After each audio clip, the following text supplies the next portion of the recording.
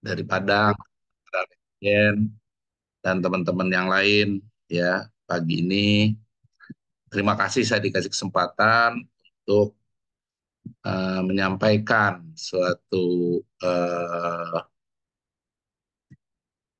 pembahasan mengenai peripheral artery disease.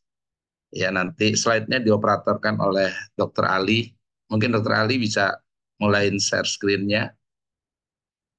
Ya, jadi seperti kita ketahui, kalau kita bicara peripheral artery disease, ya, ini adalah suatu penyakit yang eh, banyak sekali dihadapi oleh kita, ya, apalagi dengan adanya gaya hidup kita, kemudian life ekspektasi kita yang makin lama, sehingga resiko-resiko untuk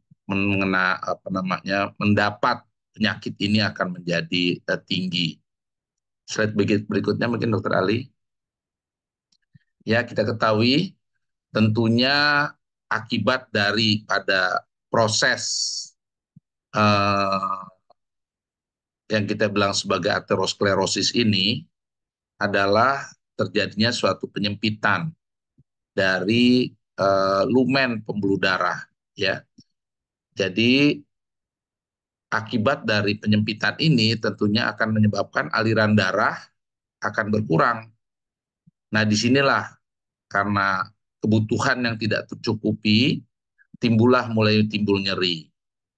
Ya, tentunya ini akibat dari imbalance dari supply dan demand, sehingga eh, kebutuhan metabolisme, kebutuhan dari sel di daerah distal yang diperdarahinya akan berkurang, ya. Dan ini berlangsung secara terus, ya, karena sangat sulit kita menyetop kondisi ini, di mana akan makin lama akan makin berat, dan yang terberat adalah kita bilang sebagai critical limb ischemia atau chronic limb threatening ischemia yang sekarang lebih dikenal dengan CLTI, ya.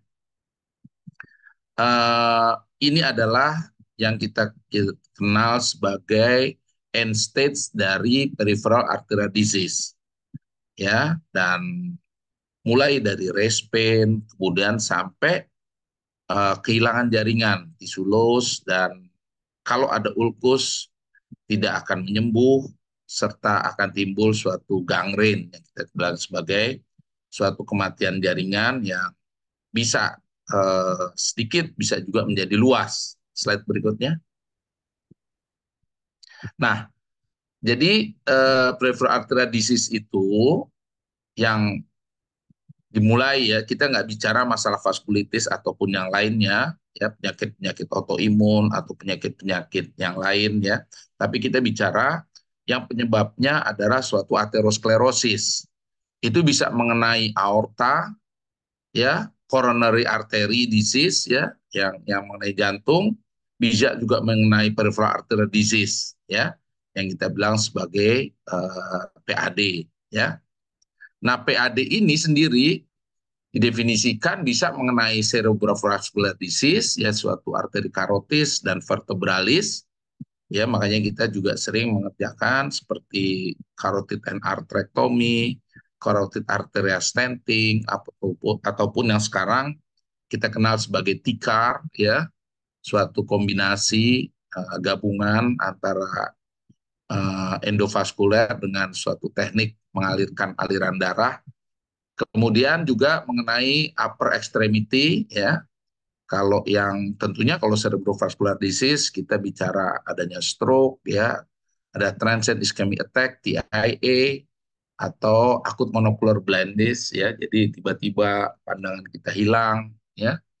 Kalau di upper extremity yang paling sering adalah subclavian Steele syndrome, ya, karena adanya jepitan pada arteri subclavia, ya, sehingga timbul suatu keluhan pada lengan, ya, ataupun suatu digital symptoms, ya, di mana jari-jari kita akan kebiruan, ya, nyeri, Bisa juga mengenai mesenteric artery. Ya, mesenteric artery ini ada dua.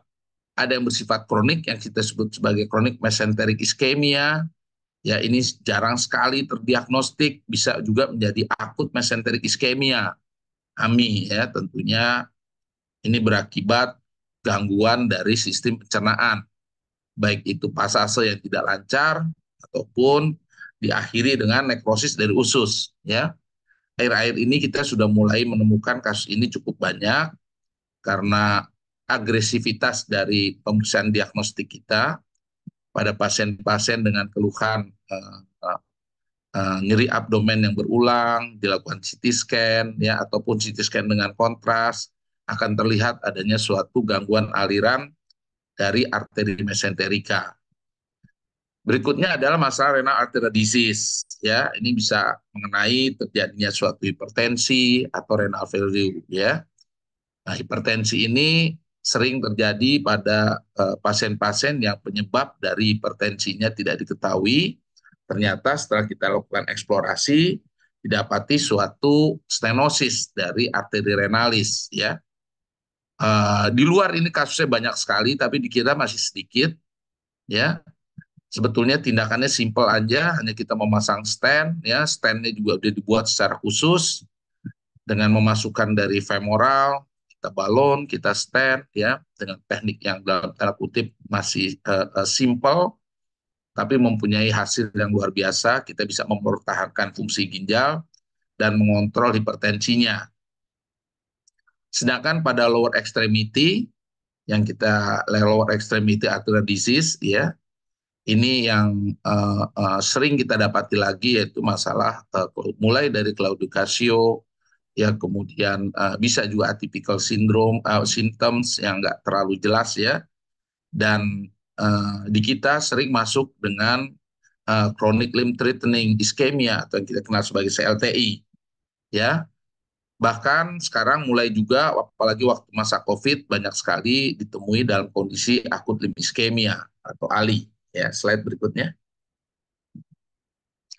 Jadi kita lihat di sini ya, mulai dari peripheral arterial disease, di mana ankle brachial index-nya itu kurang dari 0,9, dengan keluhan mulai ada claudication intermittent, ya, jadi kalau dia melakukan exercise, baru dia timbul gejalanya, sampai akhirnya yang kita bilang sebagai CLTI, ya, di mana di sini sudah mulai timbul keluhan-keluhan yang mengganggu, karena sudah ada race pain, ya.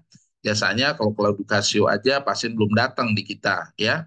Kalau sudah mulai race pain, nyeri yang terus-terusan ya, kemudian dan ini harus berlangsung lebih dari 2 minggu karena kita bicara yang posisi yang kronik ya.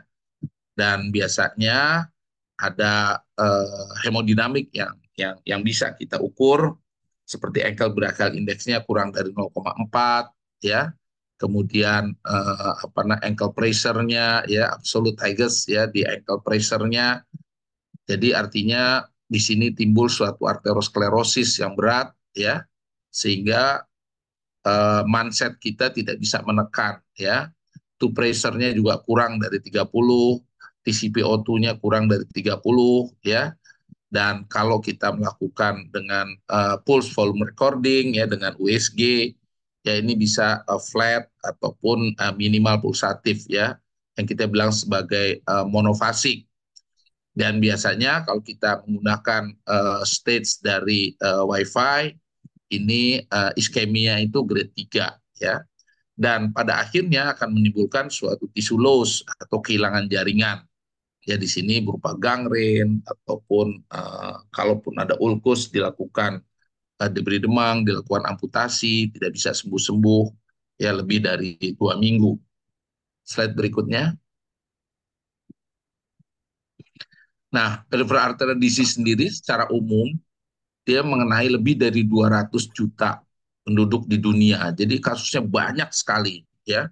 Jadi memang selalu dikatakan bahwa eh, apa namanya eh, penyakit dari pembuluh darah ini adalah penyakit masa depan ya, sehingga ilmunya pun masa depan ya, dengan jumlah kasus yang banyak, Kemudian tentunya dengan ditunjang oleh teknologi yang makin berkembang, diagnostik dari peripheral arterial disease ini makin terdiagnosis dengan baik, kemudian penanganannya pun juga makin hari makin baik ya, dengan teknologi-teknologi sekarang.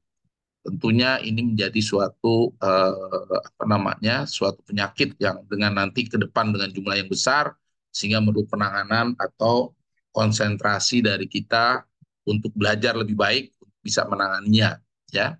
23,5% itu meningkat dalam selama 10 tahun terakhir ya, dan ini biasanya diinjus oleh diabetes mellitus, di mana DM ini menjadi suatu momok yang luar biasa untuk kesehatan di semua negara, tidak hanya di Indonesia tapi di semua negara, baik itu negara maju, negara berkembang ataupun negara yang lainnya. Ya, ini luar biasa DM ini ya. Dan tentunya laki-laki mempunyai risiko yang lebih besar karena salah satunya adalah unsur merokok juga akan berkompeten di sini ya. Tetapi di negara-negara yang low income ternyata wanita ini lebih besar yang menderita peripheral arterial disease ini dibandingkan pada laki-laki. Di negara maju, di negara yang itu laki-laki lebih besar ya. Karena memang pada wanita pada umur-umur awal sebetulnya ada faktor hormonal yang mengurangi risiko terjadinya peripheral arterial disease. Tapi ternyata di negara-negara yang low dan mid income ini justru wanita lebih banyak. Dan pada Asia setelah Hispanik ini mempunyai risiko yang lebih rendah dibandingkan pada kelompok kulit hitam dan kulit putih. Jadi memang ini data-data yang banyak diambil di Amerika, karena di Amerika itu terutama di daerah-daerah uh, uh, apa namanya daerah Los Angeles, dan itu karena di situ tuh paling banyak, artinya populasinya itu campurannya paling banyak. Orang Asia banyak, orang Hispanik banyak, orang hitam banyak, orang putih banyak. Jadi mereka bisa melihat secara komprehensif risiko dari kelompok-kelompok ini. Slide berikutnya, Dr. Ali, slide berikutnya. Ya, jadi kita lihat ya tadi yang saya katakan bahwa dengan adanya peningkatan dari life ekspektasi kita, maka tentunya risiko untuk PAD ini akan menjadi makin tinggi ya. Karena sekarang angka harapan hidup kita udah di atas 60 tahun, tentunya akan makin banyak ya. Dan dari penelitian saya sekitar mungkin sekitar 10 tahun yang lalu, ternyata kecenderungan kita untuk terkena peripheral arterial disease ini 10 tahun lebih cepat dibandingkan dengan kepustakaan dari Eropa maupun Amerika ya. Jadi kita tahu bahwa semakin tinggi angka harapan hidup kita, sehingga usia kita makin lanjut, ini juga akan menjadi risiko untuk terjadinya penyakit-penyakit yang berhubungan dengan kardiovaskuler. Apalagi tentunya didukung dengan kebiasaan merokok, kemudian ada hipertensi, dislipidemia, dan diabetes ini yang masih menjadi momok yang sangat sulit dikontrol ya. Dan pasien-pasien gabungan antara diabetes dan peripheral arterial disease ini ya tentunya mempunyai risiko yang tinggi untuk penyakit-penyakit kardiovaskuler yang lain ya, seperti serangan jantung, stroke ataupun yang lainnya ya. Di Linz peripheral arterial disease yang kita kenal sebagai LIPAT study, ini juga melihat ya bahwa mortality rate pada pasien-pasien dengan cardiovascular disease ini dalam 10 tahun itu sekitar 5% pada pasien diabetes, 14% pada pasien peripheral arterial disease, dan 30% secara keseluruhan. Ya, jadi memang tinggi sekali angka-angka untuk terjadinya penyakit-penyakit kardiovaskuler ini. Dan tentunya mortalitinya pada gabungan antara diabetes dan peripheral disease ini, terutama terhadap amputasi ekstremitas, ini akan meningkat terus ya. Dan ternyata yang terkena itu adalah lebih dari 50% dalam 2 tahun. Ya, jadi memang tinggi sekali angkanya. Sehingga memang diperlukan suatu skill ataupun kemampuan dari seorang dokter bedah, baik itu bedah umum maupun khususnya untuk bedah vaskuler untuk bisa menangani pasien-pasien dengan peripheral arterial disease ini. Slide berikutnya, ya ini kita lihat dari epidemiologi ya.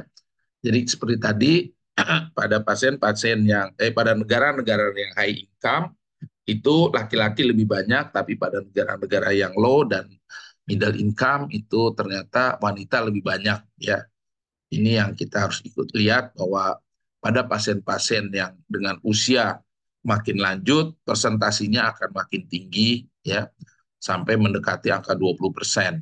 Ini yang bisa dibayangkan nanti kalau apa namanya gelombang kita sekarang kita mungkin masih populasi kita masih seperti piramida ya, usia muda masih banyak di bawah, tapi pada satu titik ini akan menjadi lurus atau bahkan seperti di Eropa usia yang lanjut itu lebih banyak daripada usia muda ya. Di Jepang juga seperti itu, sehingga penyakit-penyakit ini akan lebih banyak karena kita masih piramida aja, sehingga seolah-olah penyakit peripheral arterial disease ini nggak terlalu banyak ya. Slide berikutnya ya. Ini kalau kita bilang dilihat dari risk faktornya ya, ternyata pasien-pasien dengan cardiovascular disease ini selalu berhubungan dengan merokok ya. Ini yang sangat penting, baik itu yang sebelumnya pernah merokok ataupun yang masih aktif merokok ya. Kemudian berhubungan dengan umur. Kita lihat ya, yang paling signifikan adalah merokok, kemudian diabetes, kemudian umur, makin tua makin terkena, kemudian masalah hipertensi. Ini juga apa namanya yang menjadi penyebab utama ya dari resiko untuk terjadinya serangan terhadap kardiovaskuler ya. Dan kalau kita lihat, kalau pada pasien peripheral arterial disease, artinya pada pasien-pasien yang dengan riwayat cardiovascular disease itu, ini juga meningkatkan lagi resikonya, gitu loh. Jadi pasien-pasien diabetes mempunyai resiko lebih tinggi untuk peripheral arterial disease, mempunyai resiko lebih tinggi lagi untuk cerebrovascular disease, untuk renal vascular disease, ataupun yang lain-lainnya. Ya, jadi semua saling terkait. Ya. Slide berikutnya. Ini adalah suatu pattern dari anatominya. Ya, kita lihat kalau berhubungan dengan umur, itu kelainannya akan lebih banyak di daerah distal dibandingkan di daerah proksimal.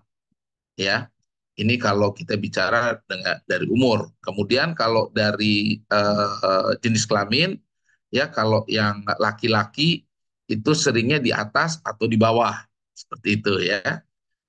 Pada wanita beda lagi patternnya ya. Pada diabetes mellitus ini juga seperti usia, jadi distal itu lebih banyak. Pada hipertensi itu seimbang antara atas dengan bawah. Sedangkan pada hiperkolesterol dan merokok itu biasanya yang terkena dulu adalah yang pembuluh darah besar, mulai dari aorta, ortoiliak, ya, femoroportitel, baru ke arah bilodeninya. Ya, ini adalah pattern dari. Nah, yang sering terjadi adalah gabungan. Usianya udah lanjut dengan diabetes, jadi resiko untuk terkena distalnya pasti lebih tinggi. Ya, apalagi diikuti dengan merokok. Kalau pasien merokok berarti hampir semuanya bisa kena dari atas sampai bawah. Ya, ini adalah gambaran dari pattern disease-nya. Slide berikutnya. Nah, ini kita lihat gimana sih kita melakukan suatu apa namanya pemeriksaan ataupun apa yang bisa kita kerjakan ya. Kalau pasien dengan diagnosis peripheral arterial disease, yaitu gampangnya itu dengan ankle brachial index kurang dari 0,9, ya jadi kita harus pertama adalah memodifikasi risk factor yang bisa dimodifikasi tentunya ya, masalah merokok, kemudian pemberian antiplatelet, dan pemberian statin. Ya, ini penting sekali. Kalau sudah diikuti oleh rest pain, kemudian tisulos ataupun yang lainnya, ini yang kita bilang sebagai chronic limb threatening ischemia atau yang CLTI. Di sini nanti kita kerjakan sesuai dengan standar penanganan CLTI. Sedangkan kalau dia intermittent claudication, ya ini kita mulai kita latih dia ya, exercise ya, sampai kemudian supaya timbul kolateral-kolateral yang baru ya. Kalau dia ternyata asimptomatik, belum ada gejala, kita harus lakukan monitor ya. Tapi kembali kita lihat bahwa kita harus di awal itu sudah memberikan antiplatelet dan statin. Ya, kita lihat dalam 3-6 bulan, ya, kita lihat exercise-nya, ada penaikan enggak, ya. Kalau ada improvement, artinya kolateral-kolateralnya mulai terbentuk dengan baik atau yang lainnya, ya kita pertahankan itu. Tetapi kalau tidak ada improvement, ya, kita harus mulai evaluasi dengan kemungkinan ada kandidat untuk dilakukan suatu tindakan. Nah, disinilah kita mulai melakukan mapping untuk venanya, assess untuk kemungkinan-kemungkinan tindakannya, ya, sehingga dengan ini kita akan tahu pilihan mana yang akan kita lakukan tindakan. Kalau dia pasien dengan high medical risk, ya, dengan kemudian juga dengan dengan kondisi pembuluh darah misalnya untuk bypass atau untuk yang lainnya tidak baik, bisa pilihannya bisa dua, bisa kita monitor terus atau kita lakukan tindakan endovaskuler ya. Tapi kalau dalam kondisi baik, nah ini kita periksa vaskuler ataupun untuk open ataupun untuk hybrid ya, antara gabungan dari open dan endovaskuler. Slide berikutnya. Ya, jadi secara umum treatment ini bisa non-farmakologi, farmakologi, dan operasi. Ya, pilihan-pilihannya. Tentunya ini bukan pilihan yang berdiri sendiri, tapi bisa kita gabungkan ketiganya. Slide berikutnya. Ini adalah yang non-farmakological intervention. Ya, kalau kita lihat di sini, ya, ini adalah suatu standar-standar yang yang sudah disetujui oleh semuanya. Jadi kalau kita lihat evidence base-nya juga selalu tinggi ya. Jadi masalah penurunan berat badan ya, kemudian diet yang baik ya, kemudian mengurangi penggunaan sodium ya, garam ya, kemudian potasium juga, kalium ya, kemudian physical activity ya. Ini udah menjadi suatu yang suatu standar ya, termasuk adalah moderation dari penggunaan alkohol ya. Alkohol intake ini juga penting sekali ya. Slide berikutnya. Kemudian untuk claudicatio sendiri ya, kita masih standarnya ya, yang terbaik adalah kita menggunakan silostasol ya, dan tentunya dia silostasol ini bersifat sebagai vasodilator, antiproliferatif, dan sebagai mempunyai juga efek antiplatelet ya. Jadi memang penggunaan silostasol ini menjadi suatu standar ya. Cuman kalau kita menggunakan dosis yang full seperti 2 kali 100 mg, biasanya pasien diikuti dengan gejala-gejala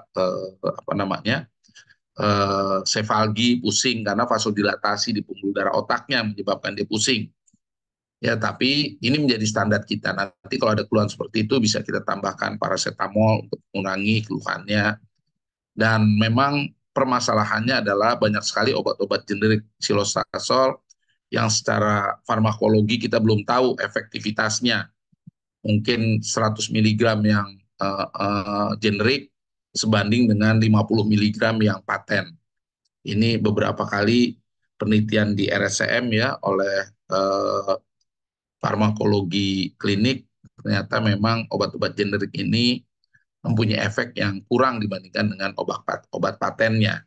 Ya, slide berikutnya.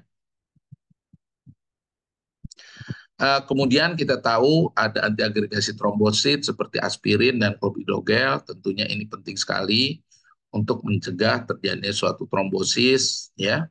Karena kita ketahui pada pasien-pasien dengan peripheral arterial disease ini dinding pembuluh darahnya sudah tidak baik, ya, sehingga diperlukan suatu antiagregasi trombosit atau antiplatelet terapi. Ya, slide berikutnya. Kemudian masalah dislipidemia, ya. Ini juga menjadi suatu standar terapi, ya. Jadi pasien-pasien dengan dislipidemia ini akan mempercepat kerusakan dari dinding pembuluh darah. Proses aterosklerosis itu dimulai dari itu, ya. Kemudian kita tahu eh, apa namanya ini juga membuat suatu dinding pembuluh darah menjadi lebih lunak sehingga apa namanya resiko untuk terjadinya timbulnya plak, kekakuan yang menyebabkan, karena kita tahu bahwa tekanan darah kita kan alirannya itu bukan statis, tetapi mengikuti sistolik dan diastolik. Jadi diperlukan suatu dinding pembuluh darah yang lentur untuk mengikuti tekanan sistolik dan diastoliknya. Bukan seperti pipa yang tekanannya segitu aja. Ya, ini penting sekali diketahui sehingga pembuluh darah yang baik itu nggak cuma sekedar besar, tetapi mempunyai kelenturan. Ya, dengan penggunaan statin ini kita harapkan dinding pembuluh darah kita tuh tetap lentur, ya. Dan tentunya ini kita lihat bahwa yang diperlukan pada high dose statin adalah kondisi-kondisi seperti ini, ya. Kita tahu. Slide berikutnya. Slide berikutnya. Ya, ini untuk antihipertensi, ya, dari American College dari kardiologi, ya, kemudian dari heart, ini semua memang sudah menjadi standar, ya. Jadi kita harus menurunkan, ya, untuk mengurangi resiko karena tekanan yang tinggi ini secara terus-menerus akan merusak dinding dari pembuluh darah, ya. Dan pembuluh darah kita akan lebih cepat kerusakannya dengan tekanan yang tinggi. Itu prinsipnya sehingga harus kita turunkan. Slide berikutnya. Sekarang endovascular treatment untuk claudicatio. Ya, ini memang masih menjadi apa namanya kontroversi. Ada beberapa yang apa namanya agresif untuk mengerjakan ini, ada yang kurang agresif, ya. Yang kurang agresif tentunya kalau kita lihat bahwa eh, dengan farmakologi ternyata ada perbaikan, dengan exercise ada perbaikan. Nah, ini biasanya kita pertahankan. Tapi kalau tidak ada respon dengan farmakologi, keluhannya makin timbul, ya, atau masih terus aja dan mengganggu untuk aktivitasnya dia, nah ini biasanya kita intervensi dengan endovaskuler. Atau yang mempunyai resiko yang tinggi, ya, ya, resiko tinggi dalam arti kata level yang terkenanya itu adalah daerah-daerah yang yang kalau ada gangguan akan menyebabkan suatu efek yang lebih besar lagi, seperti pada daerah ortoiliak, ya. Dan kita ketahui pada ortoiliak sendiri, kalau kita lakukan endovaskuler ini long term patensinya tuh baik, angka keberhasilannya tinggi dengan long term patensi yang baik, sehingga ini kita kerjakan biasanya walaupun pasien-pasiennya hanya dengan claudication intermittent. Ya, slide berikutnya. Ya, jadi kita ketahui di sini, ya, jadi untuk penyakit peripheral arterial disease ini sudah dibuat suatu flowchart-nya dengan baik, ya, karena kasusnya banyak sehingga kita punya data yang baik, ya, seperti untuk claudication intermittent mulai dari assessment risk factor, ya, modifikasi, kemudian kita lihat kalau dengan itu semua ada perbaikan, ya, kita observasi lagi, perbaiki lagi, tapi kalau itu nggak ada perbaikan. Nah, barulah di sini ada evaluasi, ya. Evaluasinya apa? Kita lihat kalau dia ortoiliak, kalau dia yang bagian bawah. Kalau ortoiliak, nah ini dia.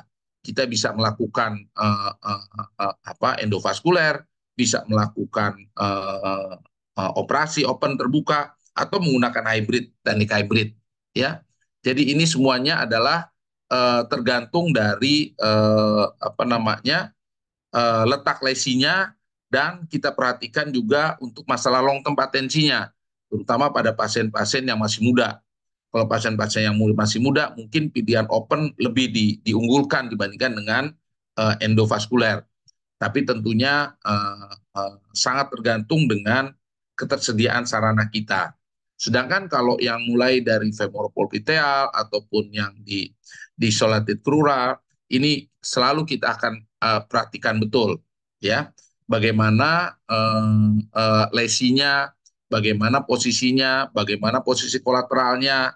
Nah, inilah yang menentukan strategi kita, kapan kita lakukan endovaskuler, open surgery maupun hybrid, ya. Kalau pada yang peripheral, yang lebih ke arah distal, ini memang bypass itu jauh lebih baik dibandingkan dengan endovaskuler. Tetapi tidak semua pasien-pasien ini bisa dilakukan bypass. Misalnya graf yang tersedia tidak baik, ya, misalnya venanya tidak baik, ataupun pasien-pasiennya tidak comfortable dengan tindakan operasi. Itu pilihan endovaskuler ini menjadi lebih dominan, ya. Dan kita ketahui endovaskuler ini bisa dilakukan kapan saja dan bisa berulang, ya, sehingga diharapkan perbaikannya akan lebih mudah. Slide berikutnya, ya. Ini jadi kita lihat bahwa untuk aortoiliak, ya, tes A maupun tes B ini bisa dilakukan dengan endovaskuler, ya. Jadi bisa dengan kita balon, kemudian kita pasang stent, ya. Sedangkan untuk femoropopliteal, ini juga masih bisa juga, ya, tentunya dengan tindakan-tindakan yang sekarang, misalnya dengan melakukan suatu artrektomi dulu, kemudian baru kita lakukan balon dengan drug puting balon, di mana tindakan artrektomi dan drug puting balon ini menjadi gold standar untuk lesi dari femoropopliteal, ya, karena long term patensinya yang cukup baik, ya, yang baik. Slide berikutnya. Kemudian untuk iliak ini mandatory untuk dilakukan stenting. Kalau kita melakukan endovaskuler pada iliak, ya, kita tidak bisa hanya membalon aja, ya, karena kita harus diikuti oleh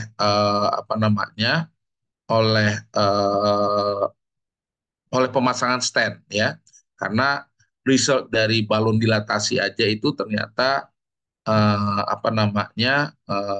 tidak terlalu baik untuk yang sekarang, ya. Makanya sekarang banyak sekali dibuat stand-stand yang khusus untuk daerah iliak ini, ya. Slide berikutnya, ya, kembali lagi bahwa kita targetnya adalah melakukan cross, kemudian dilakukan pelebaran, ya. Jadi eh, kalau untuk yang claudicatio ini, kalau memang tidak ditemui suatu yang sumbatan yang signifikan, ini nggak boleh dilakukan endovaskuler. Tetapi kita cukup dengan pemberian medikamentosa tadi, ya. Kemudian tadi untuk primary stent ini juga nggak dianjurkan untuk pasien-pasien dengan claudicatio, karena stent ini mempunyai kelemahan, yaitu long term patensinya yang kurang baik, sehingga mungkin dengan exercise dan medikamentosa jauh lebih baik dan dibandingkan dengan suatu penggunaan stent, ya. Begitu juga ini juga tidak diindikasikan untuk sebagai profilaktik aja, ya, tapi biasanya kita kerjakan pada intermittent, tapi misalnya sangat mengganggu aktivitas sehari-hari pasien, ya. Slide berikutnya. Nah, sekarang gimana ke depannya untuk penanganan pre disease ini? Jadi memang ada yang menggunakan angiogenesis ya dengan stimulasi blood vessel ya. Jadi dengan menyuntikkan apa namanya angiogenesis ini merangsang angiogenesis supaya timbul kolateral-kolateral baru. Kemudian juga menggunakan human acellular blood vessel atau HAV ya. Di sini apa namanya dia akan menyebabkan terjadinya suatu apa namanya peningkatan dari pembuluh darah di daerah yang iskemik ya. Kemudian ada juga menggunakan biomaterial approach ya dengan stem cell ataupun yang lain-lainnya. Tapi ini masih dalam proses penelitian karena nggak mudah menggunakan apa namanya terapi-terapi seperti ini karena prosesnya berlangsung terus dan biasanya tidak keuber dengan kondisi pasiennya karena pasiennya sudah membutuhkan segera untuk revaskularisasi karena mencegah untuk supaya ulkusnya sembuh ataupun nyerinya hilang ya. Biasanya ini berlangsung dengan lambat sehingga tidak teruber, nggak keuber untuk proses yang diharapkan oleh pasien. Slide berikutnya. Kemudian kita sebagai bedah umum tentunya kita harus tahu masalah amputasi. Slide berikutnya. Jadi kita kenal adanya primary amputasi dan secondary amputasi. Ya, jadi pada primary amputasi tentunya kalau kita yang non reconstructible arterial disease, jadi kita tahu ini nggak bisa dibetulin lagi pembuluh darahnya, ya, sehingga kita harus lakukan amputasi primer. Atau kita tahu bahwa terjadi kerusakan yang hebat pada daerah yang untuk weight bearing, sehingga kita tahu nanti kalaupun sembuh dia nggak akan bisa jalan lagi dengan kakinya. Ini juga indikasi untuk amputasi primer atau non fungsional ya karena dia paralisis, ada ulkus, ada ini udah kontraktur ya sehingga ini juga nggak bisa lagi dilakukan tindakan sehingga amputasi menjadi suatu pilihan ya atau suatu komorbid yang hebat yang misalnya dengan ejection friction yang tinggal sedikit ya ini juga menjadi apa namanya pilihan untuk dilakukan satu primary amputasi ataupun pada pasien multiple surgical prosedur membutuhkan terapi-terapi yang lain ya pembedahan yang lain ini juga kita lakukan ya. Sedangkan untuk yang secondary amputasi biasanya ini setelah dilakukan revaskularisasi terjadi kegagalan, kemudian berulang-ulang dilakukan ya, kemudian kita juga ada limitasi misalnya pada pasien-pasien kita yang apa namanya terbatas ya untuk pembiayaannya yang pada sepsis yang nggak terkontrol. Nah ini adalah pilihan untuk dilakukan secondary amputation. Slide berikutnya. Kita kenal ada minor amputasi, ada mayor amputasi ya. Jadi sampai dari digital sampai reamputation sampai itu ini yang kita bilang sebagai minor amputasi ya, risprang ataupun copart. Sedangkan kalau mayor amputasi tadi ya bisa below the knee, bisa above knee ya. Ini adalah apa namanya tindakan yang bisa kita kerjakan pada pasien-pasien kita. Slide berikutnya. Jadi pilihan dari Biloni maupun Bafni ya ini sangat tergantung dari kondisi pasien. Pada pasien-pasien yang secara teknis dia tidak akan bisa menggunakan kaki palsu lagi, mungkin Bafni lebih baik daripada Biloni. Karena kalau kita Biloni kemudian pasien tidak bisa bergerak, lututnya akan menjadi nyeri ya.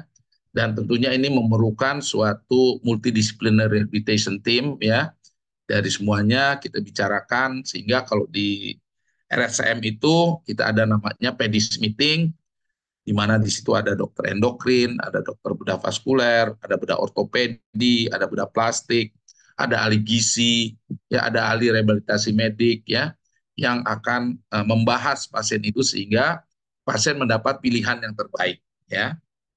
Slide berikutnya. Ini adalah satu contoh-contoh ya mungkin untuk bahan diskusi kita nanti ini ya pasien dengan datang dengan nekrosis pada jari aja tuh ya. Kemudian kita tentunya karena ada infeksi, kita bersihkan, ya. Setelah kita bersihkan, kita lihat ternyata dari USG tidak ada perbaikan flow dari pembuluh darahnya tidak baik, ya. Sehingga dengan EBI 0,4, ya, kita lakukan pemeriksaan angiografi. Ternyata didapati suatu total oklusi dari infrapopliteal arteri, ya. Kemudian kita lakukan ini di daerah di bawah lutut, ya, di dekat lutut, ya. Jadi kita perbaiki, ada satu yang mengalir dengan baik. Nah, di sini kita lihat dia akan ada penyembuhan, ya. Tapi tentunya penyembuhan ini bukan dalam waktu singkat, dia perlu 1 bulan ataupun lebih kadang baru dia sembuh. Jadi dari awal kita jelaskan ke pasien bahwa penyembuhan ini memerlukan waktu yang cukup lama, ya. Dan ini kita lihat setelah kita lakukan angioplasti, flow untuk ke distalnya baik sehingga dia bisa menjadi sembuh lukanya. Slide berikutnya. Ya, ini beda lagi 69 tahun, ya, dengan DM tipe 2, ya, ada bengkak, ada mati pada jari kelingking, ya. Kemudian kita lihat akhirnya dia apa namanya naik, ya, iskemiknya seperti ini, akhirnya sampai ada kematian, ya, kematian jaringan, ya. Dan ini ternyata waktu kita lakukan angiografi, ya, karena biasanya ini berlangsung cepat, kadang pasien-pasien seperti ini harus kita evaluasi secara keseluruhan, baik itu masalah pembiayaan ataupun yang lainnya, sehingga kadang-kadang pasien telat, ya. Waktu kita lihat dalam kondisi seperti ini, ya pilihan kita adalah eh, kita angioplasti, kita lebarkan aliran ke daerah biloninya, kemudian kita lakukan amputasi biloni dan lukanya bisa sembuh, ya. Ini penting sekali kita lakukan revaskularisasi karena kalau enggak lukanya enggak sembuh atau akan dalam waktu sebentar aja amputate kita akan nekrosis lagi sehingga diikuti dengan amputasi Bafni. Ya, ini penting sekali untuk kita evaluasi pembuluh darahnya. Slide berikutnya. Ya, ini salah satu lagi 80 tahun, ya, dengan gangren, ya, dengan nyeri. Ya, kita lihat ternyata ada gangguan di aortoiliaknya. Ya, bisa dijalankan slide-nya, Dr. Ali. Ya, ini kita lihat dari aortanya, ya. Jadi inflow-nya yang tidak baik sehingga kita perlukan perbaikan untuk inflow-nya, ya, dengan melakukan suatu tindakan. Slide berikutnya. Ya, ini gambaran kita lihat, ya. Jadi karena pasien dengan urium kreatinin yang tinggi, kita menggunakan CO2. Di sini kita udah tahu bahwa ada masalah di aortoiliaknya, ya. Dari aortografinya dengan menggunakan CO2. Slide berikutnya, saya nggak gitu jelas, ya. Ini kita lihat ke bagian bawahnya, ya. Jadi dari situ kita bisa lihat, ya. Kalau yang sebelah kanan itu mengalir lebih cepat, yang sebelah kiri lebih lambat, ya. Kita lihat di sini, ngalir ke bawahnya, itu udah low flow, ya, dan dindingnya itu sudah tidak rata, ya. Dan di biloninya udah banyak sumbatan dengan aliran yang jauh lebih kecil. Slide berikutnya. Jadi kita bisa melakukan tindakan, ya. Pertama kita lakukan angioplasti, ya, ke distal ini kita balon, ya, dengan balon yang panjang sekaligus. Kemudian kita lihat ke bawahnya, karena kalau ke bawah ini kadang-kadang CO2 tidak baik gambarannya. Ya, kita lihat di sini dari anterior tibial arterinya sudah mulai ada perbaikan. Slide berikutnya. Kemudian dilanjutkan dengan kita perbaiki aortoiliaknya. Jadi kita gabung untuk yang ke atasnya dan ke bawahnya. Ya, di aortoiliak ini pertama kita pasang stent untuk aortanya, ya. Setelah kita pasang stent untuk aortanya, baru kita pasang stent untuk iliaka kiri dan kanannya, iliaka komunis kiri dan kanannya. Tentunya ini kita menggunakan cover stent, ya. Terus beralih, ya. Ini sekarang kita lihat, ya sekarang alirannya jauh lebih cepat ya. Sudah mengalir ke distal lebih cepat sehingga slide berikutnya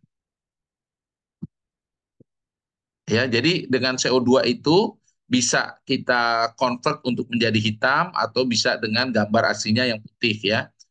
Tentunya sebaiknya dengan persiapan kolon yang baik sehingga kalau tidak banyak udara di kolon gambarnya akan jauh lebih baik dibandingkan dengan kondisi seperti ini di mana apa namanya udara di kolonnya masih banyak ya. Di Padang Dokter Hippo atau Dokter Fendri atau Dokter Raflis mungkin udah Dokter Yudi udah mulai menggunakan CO2 sehingga nanti apa namanya aman untuk fungsi ginjalnya. Slide berikutnya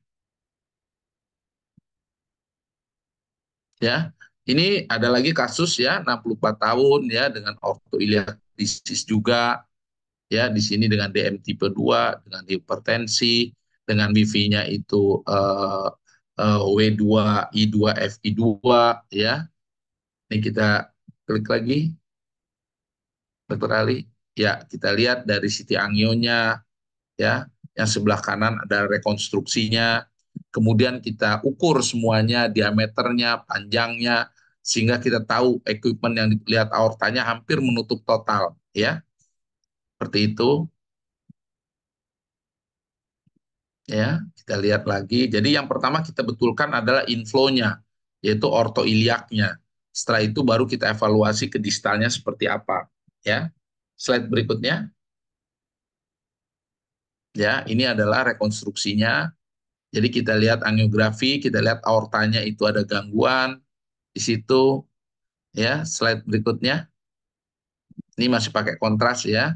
Ini kita lakukan serap juga, kita bilateral iliac graft ya. Pertama kita lihat ada stent tuh di atasnya di aorta, jadi kita pasang stent aortanya dulu, baru kita pasang untuk aorto iliaknya. Klik Dokter Ali. Ya, jadi kita pasang dulu pertama di aortanya, kemudian di iliaka kiri kanan, iliaka komunisnya. Slide berikutnya. Ya, ini kita lihat angiografi setelah itu ya. Jadi flow-nya itu cepat ya. Artinya sudah ada aliran yang lebih baik untuk ke distalnya. Slide berikutnya. Ya, kemudian baru kita lihat distalnya. Itu distalnya seperti itu ya. Jadi setelah ini kita gabung antara endo dengan apa namanya dengan open. Jadi kita patching dulu di daerah femoralnya karena ini femoralnya nggak bisa ditusuk tadinya ya.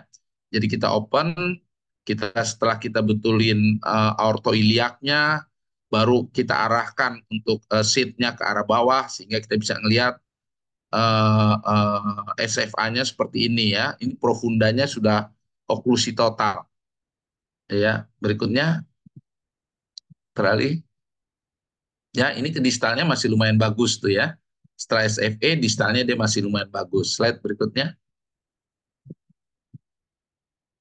Ya, jadi kita balon aja seperti ini ya. Kita balon di daerah SFA-nya. Eh, karena kalau kita lakukan dengan arterektomi, kita membutuhkan waktu yang cukup lama dan pembiayaannya juga besar. Akhirnya kita balon dan kita lanjutkan dengan drug puting balon. Slide berikutnya.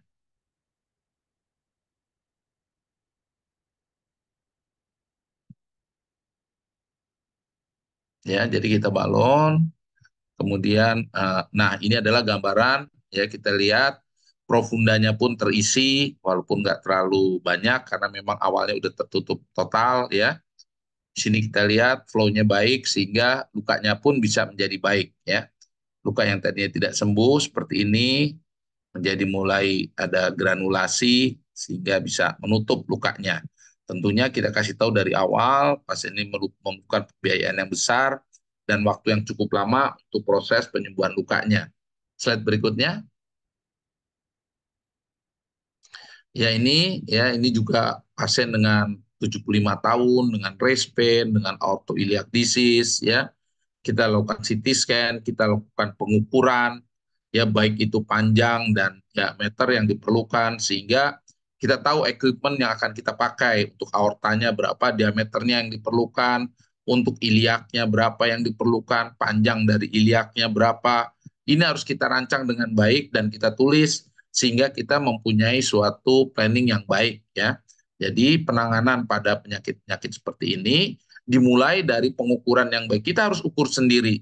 Oleh sebab itu kita harus dapat CD, DVD untuk raw datanya, kemudian kita rekonstruksi sendiri untuk kita ukur sendiri. Ya, slide berikutnya. Ya, seperti ini ya. Kita ukur sehingga kita tahu nanti apa yang diperlukan. Ya, panjangnya berapa, diameternya berapa. Ya, slide berikutnya. Ya, ini ya. Kita ukur semuanya sehingga kita akhirnya bisa tahu. Ya, kita lihat dari aortanya, kalau stent kita panjangnya misalnya 5 cm, akan kita taruh di mana. Ya, ini kalau kita lihat rekonstruksinya yang sebelah kanan. Ya, jadi udah putus-putus semua pembuluh darahnya. Slide berikutnya. Ya, ini adalah mulai lihat waktu kita puncture pun dia udah berhenti sama sekali tuh pembuluh darahnya ya. Sehingga kadang-kadang kita gabung dengan open dengan arterektomi sehingga mempunyai apa namanya akses yang baik. Itulah kelebihan kita sebagai seorang ahli bedah ya. Kalau kita hanya sebagai intervensional baik itu radiologi maupun kardiologi, kita tidak bisa menggabungkan antara tindakan open dengan tindakan endo. Ya, berikutnya Dokter Ali. Ya, ini setelah kita bisa tembus, lihat kondisinya seperti itu. Atasnya pun kesumbat, ya. Sehingga ini sangat sulit, kerjaannya lama sekali untuk bisa menembus aorta, bisa menembus iliak, ya. Karena di situ kemungkinan untuk diseknya besar sekali, sehingga kadang kita membutuhkan stent yang panjang, ya. Kita lihat internal iliaknya udah oklusi semua, ya. Semua berasal dari circumflexa femoral, daerah pelvisnya. Slide berikutnya. Ya, ini kita lihat balon kita aja sampai di pinggir dari aortanya. Saking kerasnya aortanya. Ya, waktu kita balon, ya, kita lihat itu. Kita pre-dilating dulu dengan balon yang nggak terlalu besar. Ini pakai balon 8. Slide berikutnya, Dokter Ali. Ya, ini setelah kita balon, nah sudah mulai ada aliran tuh di atasnya, tapi masih menyempit, ya. Tapi udah tembus. Slide berikutnya. Ini kita masuk dari kanan ya. Nah, dari kanan seperti ini baru kita gunakan balon yang besar ya. Balon ini pakai balon 12. Berikutnya Dokter Ali. Ya, ini ya sudah ada terbuka tapi lihat masih compang-camping gitu ya. Di sini baru kita pasang stent untuk aortanya. Slide berikutnya. Ya. Nah, di sini kita sangat sulit untuk menembus yang sebelah kiri. Sehingga kita crossover, kemudian kita buka.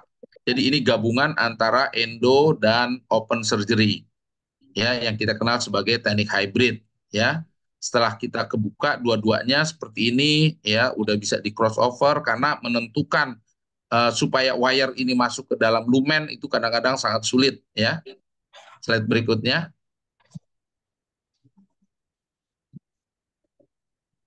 Ya, ini ya kita sudah dapat akses yang dari kirinya sehingga kirinya bisa kita balon lagi, ya. Slide berikutnya.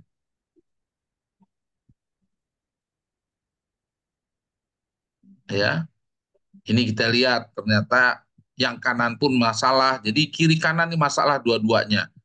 Jadi kita akses kiri kanan, kita ngebetulinnya juga kiri kanan. Slide berikutnya. Ya, ini kita lihat udah kita bisa buka dari kiri kanan, kanan kiri ya. Udah bisa kita hubungkan ininya. Terus ya, ini kita lihat ya, itu masih ada stenosis seperti itu. Slide berikutnya. Nah, di sini baru kita pasang ya stent yang untuk aortanya. Ya, ini ukurannya diameternya 14 mm ya.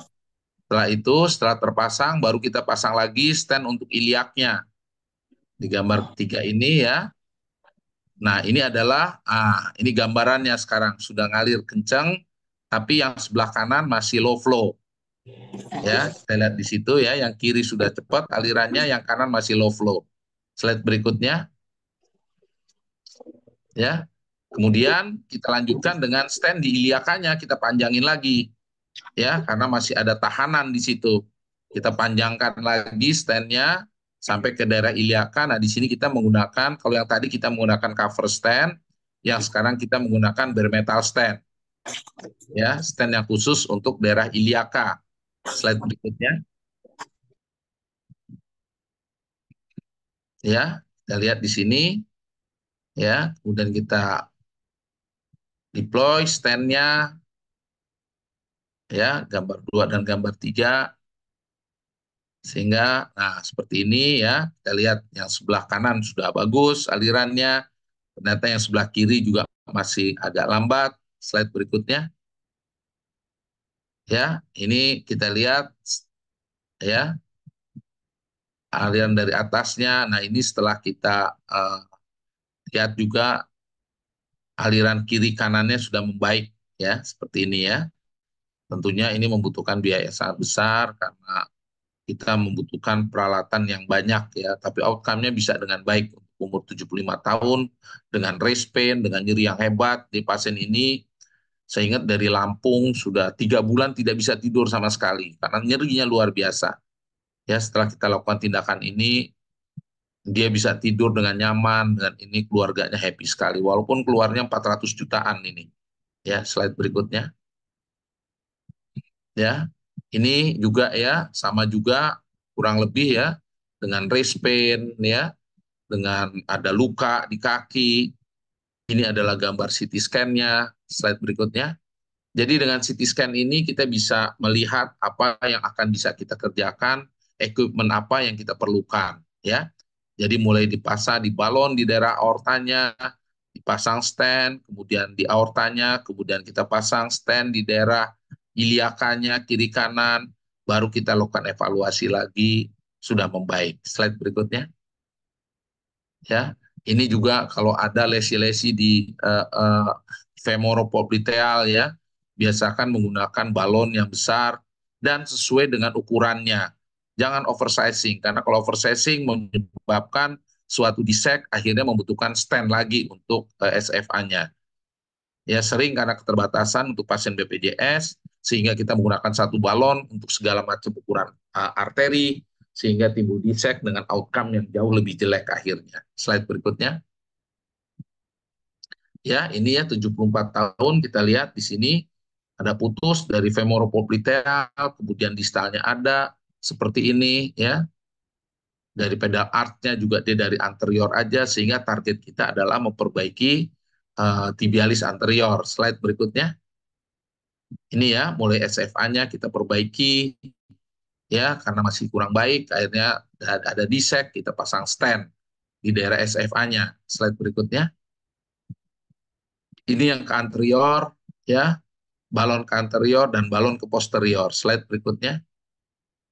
Ya, ini setelah kita lakukan tindakan itu, berapa bulan kemudian ada trombus intrastennya dan ternyata di atasnya ada plak lagi, ya, sehingga kita akhirnya kita lakukan artrektomi dan trombektomi. Slide berikutnya. Ya, ini ya, kita setelah kita lakukan artrektomi, kemudian kita trombektomi untuk di daerah stennya, kemudian baru kita balon ya, kita pasang tambahin stand lagi untuk membuka bagian distalnya. Slide berikutnya. Dan ini balon ke anterior, ke posteriornya lagi kita ulang lagi. Terus slide ya, sehingga kita lihat ada flow yang cukup sampai ke arah pedisnya. Ya, ini pasien dengan race pain yang hebat ya, sehingga setelah kita lakukan tindakan ini pasiennya bisa jalan, bisa aktif lagi. Slide berikutnya. Oke, mungkin itu yang bisa saya sampaikan. Mungkin nanti silakan kalau mau ada pertanyaan atau komentar.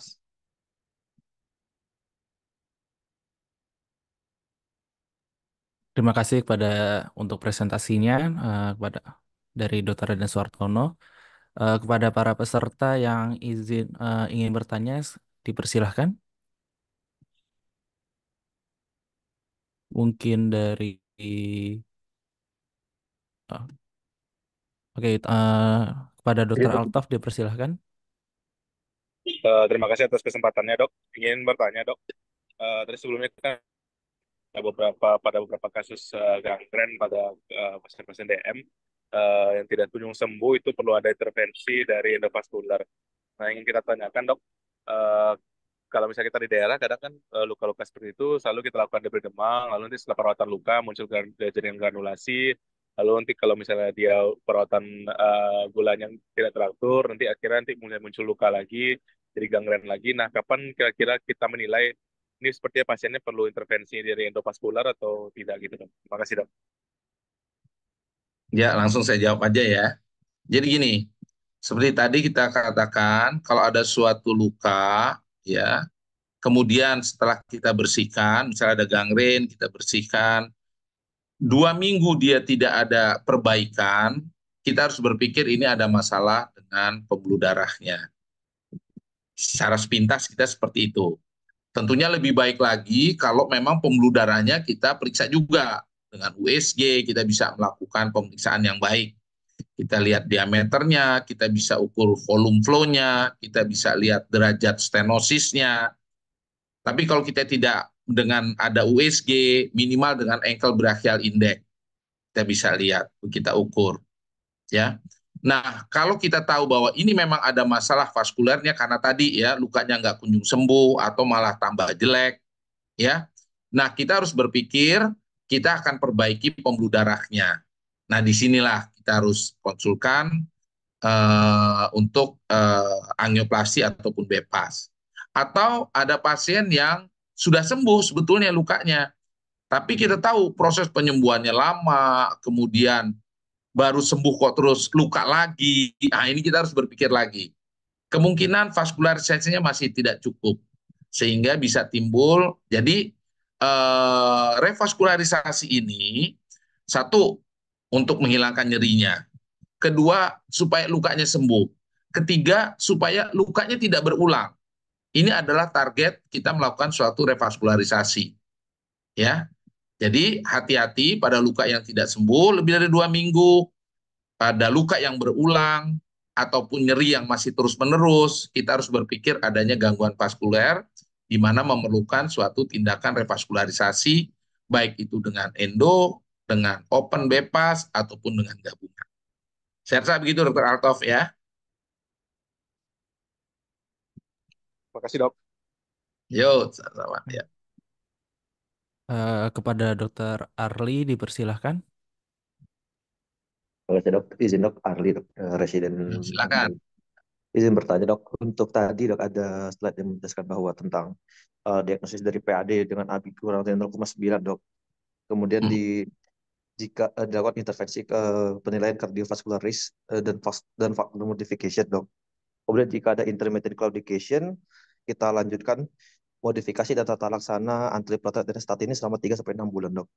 Kemudian Hmm. dijelaskan juga eh, jika ada high medical risk maka dianjurkan untuk endovascular option only dok.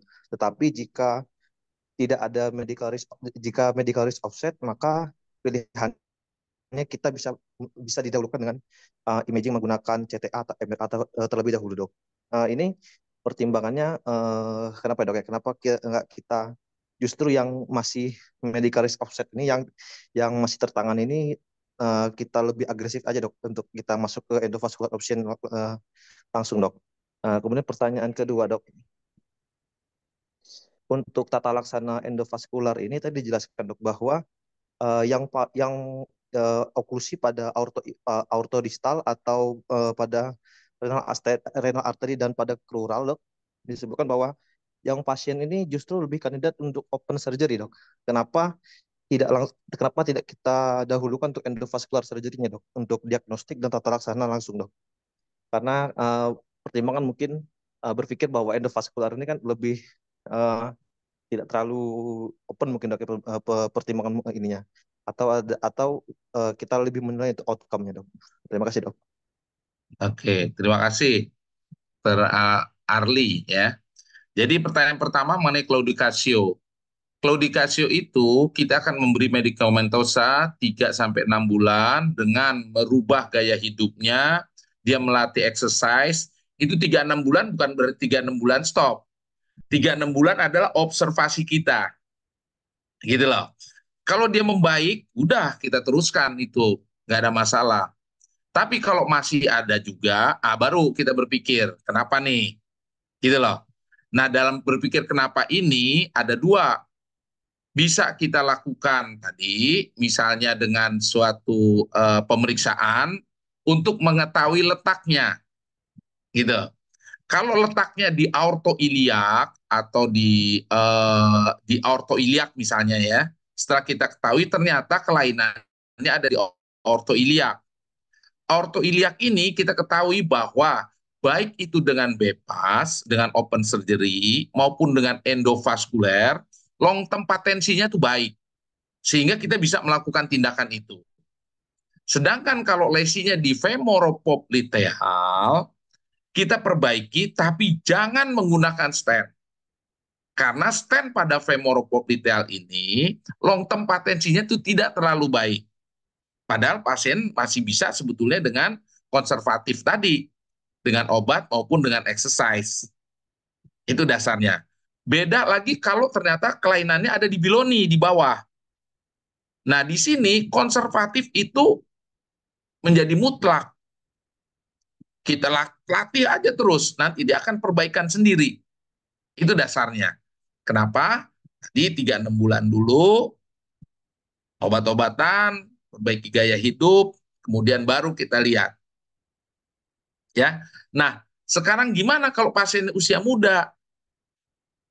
Pada pasien usia muda, kita ketahui bahwa sampai saat ini, bypass itu long term patensinya tuh masih yang terbaik dibandingkan dengan endovaskuler.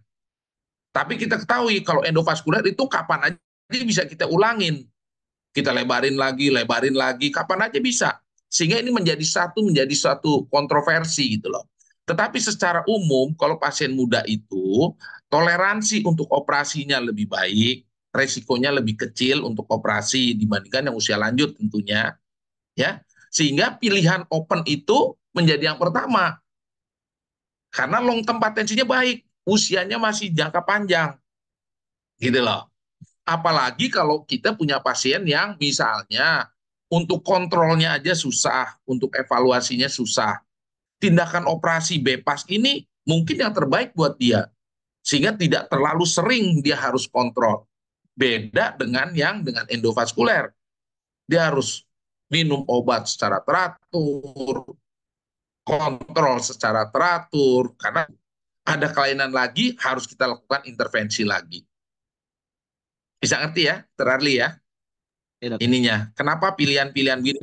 Tapi tentu aja tidak hitam putih. Pilihan ini nggak hitam putih. Banyak sekali yang abu-abu. Sehingga disitulah mungkin perbedaan bedah vaskuler dengan yang lainnya. Di bedah vaskuler ini kontroversi itu banyak sekali. Karena apa? Kita baru bisa bilang, oh ini stent ini nggak bagus nih, setahun aja dia nutup. Baru kita observasi setahun, stent yang terbaru udah keluar lagi. Gitu loh. Jadi kita bisa menggunakan stent yang lebih baru lagi. Di mana dibilang outcome-nya bisa lebih bagus lagi. Jadi terus uber-uberan antara antara outcome yang diobservasi dengan perbaikan dari device-nya. Yang tadinya nggak bisa jadi bisa. Yang tadinya setahun nutup jadi 2 tahun nutup atau 3 tahun nutup. Nah inilah terus terjadi kontroversi. Ya, jenis stennya bisa berubah, metalnya bisa berubah, drug coatingnya ditambahin lagi, kemudian ada arthrectomy device. Jadi semuanya bisa, ya. Itu yang menyebabkan endovaskular itu majunya luar biasa. Ya, cuman tentunya dengan cost yang sangat besar. Itu masalahnya di kita. Ya, Dr. Arli ya, Arli ya. Terima kasih, dok. Oke, ya, ya, Sasa. Ya. Oke, mungkin satu pertanyaan lagi, Dok, dari Dokter Rafdi, dipersilahkan. Terima kasih dok atas kesempatannya. Izin bertanya dok, tadi kan dokter menjelaskan kalau misalnya ada oklusi di iliaka kan itu kan terbaiknya dengan menggunakan stent, tidak hanya dengan balon. Itu apakah ada pertimbangan anatomis atau sistemiknya dok, kenapa harus terpasang stent? Kemudian yang pertanyaan kedua dok, seringkali kita setelah melakukan operasi oklusi di arteri ini, kita melakukan heparinisasi post-op dok sebagai antikoagulannya dok. Apakah ada guideline-nya dan kalau memang ada berapa dosis yang seharusnya dok untuk pencegahan antikoagulasi ini dok post operasi PAD ini dok. Terima kasih dok. Ya, terima kasih. Jadi kembali lagi untuk aortoiliak ya, untuk aortoiliak kita memerlukan stent di situ. Ya, dulu orang hanya membalon aja, ternyata sebentar aja udah nutup lagi. Kemudian orang memasang stent, dalam hal ini ada bare metal stent, ya stent biasa. Ternyata kurang bagus lagi, si orang cenderung ke arah cover stent. Kalau kita lihat dari patofisiologinya, kalau hanya dengan balon aja, karena itu dindingnya tebal, dia akan dengan cepat akan terjadi stenosis ulang. Kalau dengan balon aja, baik di aorto maupun di iliak. Kemudian orang memasang bare metal stent di situ dengan stent yang metal, ya, baik di aorta maupun iliaka. Ternyata nggak bagus juga outcome-nya, karena ada masalah lagi, yaitu masalah aliran yang turbulen. Aliran turbulen ini merangsang terbentuknya hiperplasia dari endotel. Ya, karena di situ pressure-nya tinggi dan remodelingnya itu inward remodeling, di mana remodelingnya itu menyebabkan penyempitan, bukan outward remodeling, sehingga menyempit lagi. Nah, disinilah orang kemudian menggunakan cover stent, stent yang ada pembungkusnya, sehingga alirannya menjadi lebih baik dan long term patensinya menjadi lebih baik. Dulu aortoiliak itu hampir semuanya dibypass dengan operasi terbuka. Tapi sekarang setelah dilakukan balon, oh ternyata nggak bagus, oh masih bagusan ini dong, bypass. Kita pasang stent, oh masih juga 5 tahun, 6 tahun, oh masih bagusan bypass. Sekarang dengan cover stent, nah itu udah udah hampir sama gitu ternyata. Itu adalah perkembangan dari teknologi. Ya, jadi kita bisa berkembang terus. Sedangkan tadi yang pertanyaan kedua mengenai apa? Heparinisasi post operasi PAD. Oh ya. Ya, jadi antikoagulan ini kita pakai itu di masa-masa awal. Baik waktu tindakan maupun setelah tindakan. Penggunaan heparin tentu tahu dong dosisnya, ya. Tapi ini individual, makanya harus dikontrol dengan pemeriksaan APTT. Target APTT kita 2-3 kali dari kontrolnya, ya. Tentunya setelah itu nggak mungkin dong 2 minggu kita rawat terus. Disitulah kita ganti antikoagulan oral, ya. Kita ganti. Kalau saya selalu memberikan 2 minggu. Ini juga kontroversi. Ada yang langsung mengganti dengan antiagregasi trombosit setelah antikoagulannya di stop. Waktu perawatan jadi dirubah. Setelah perawatan kita tahu ini akan kita stop, antikoagulannya langsung dimasuk antiagregasi trombosit. Biasanya double. Kita menggunakan clopidogrel dan asetosal, aspirin. Ya. Tapi kalau saya lebih suka menggunakan antikoagulan ini kita panjangin lagi sampai 2 minggu. Kenapa 2 minggu? Karena proses endotel itu di situ di 2 minggu yang krusial, yang risiko untuk trombusnya. Beberapa pakar menyetujui untuk pemberian antikoagulan sampai 2 minggu. Kemudian itu double dengan antiagregasi trombosit. Setelah 2 minggu antikoagulannya di stop, dilanjutkan dengan antiagregasi trombosit. Double tentunya kalau untuk pembuluh darah yang sudah kita intervensi berkali-kali ataupun dindingnya sudah tidak baik. Jangan lupa pemberian statin dengan high dose. Ya, pemberian statin high dose ini juga diperlukan. Walaupun kan kolesterol saya normal, tetap diberikan. Gitu ya. Gitu ya, Dr. Rafdi ya. Makasih dok. Yuk, sama-sama ya. Terima kasih kepada Dr. Suartono atas sesi tanya jawabnya.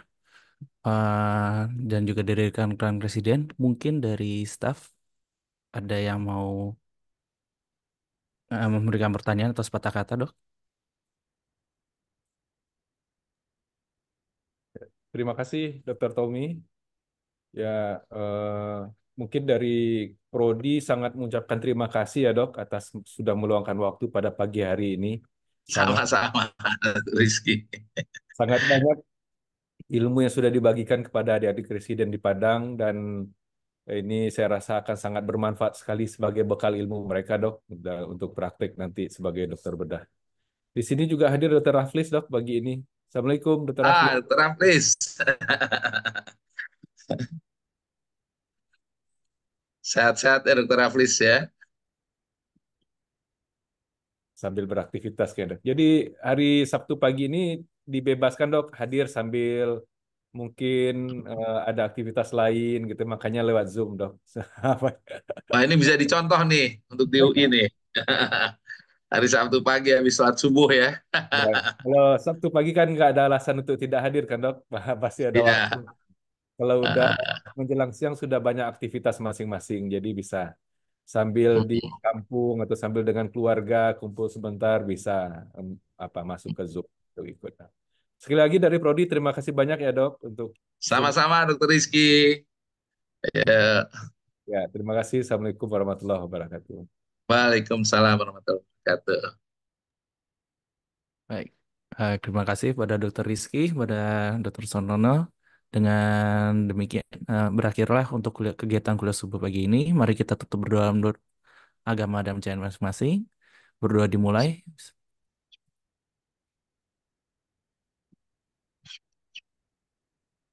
Berdoa selesai. Terima kasih atas kehadirannya untuk Dr. Suartono, untuk Dr. Rizky, atau Dr. Raflis, Rini Vaskular yang menyempatkan hadir, serta rekan-rekan residen. Berakhirlah kuliah subuh hari ini. Wassalamualaikum warahmatullahi wabarakatuh. Waalaikumsalam warahmatullahi wabarakatuh. Ujian untuk live.